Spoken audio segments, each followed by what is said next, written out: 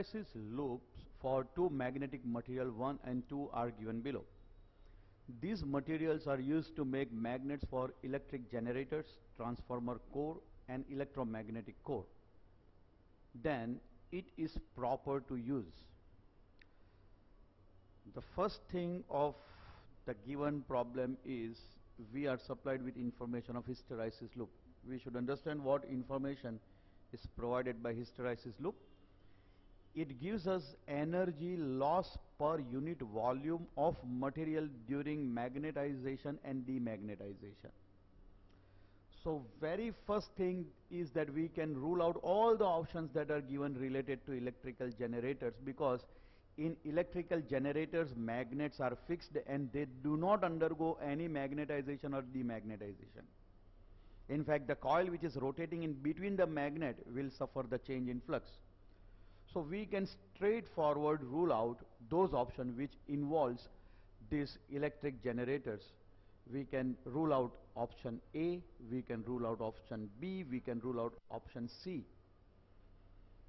Then we are left with only one option. Obviously that should be the correct option, but still we will check out further. We also know that the core of transformer is the metal that is used in the winding between primary and secondary. Laminated core is used, and electromagnetic core, that is when we make use of any electromagnet. Electromagnet works on principle of passing electrical current, which is going to cause the material to be magnetized. If you stop the current, material will be demagnetized, and that is what is required. So there are certain applications where this magnetization and demagnetization is important. Now, as long as transformer core is concerned, we should understand that transformer core has to continuously undergo process of magnetization and demagnetization. This area under the hysteresis loop indicates energy lost per unit volume of material during magnetization and demagnetization. Obviously, this has to be very small. There should be minimum loss of energy. It's simply like friction. So we can say that for transformer core, option 2 for these two graphs should be selected, because we can see the loop is very narrow, so indicating very small energy loss per unit volume. Another option that we are left out is electromagnetic core. Now, electromagnet is also a magnet which is not permanent. It is a temporary magnet based on passing of electric current.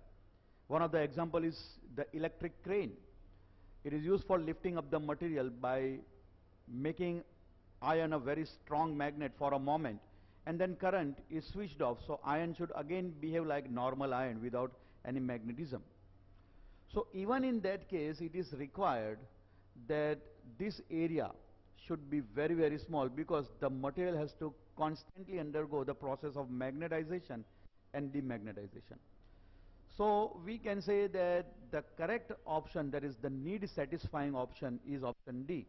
That second graph of the material should be selected which has minimum energy when we are going to go for electromagnet and transformer. So we safely land up on option D.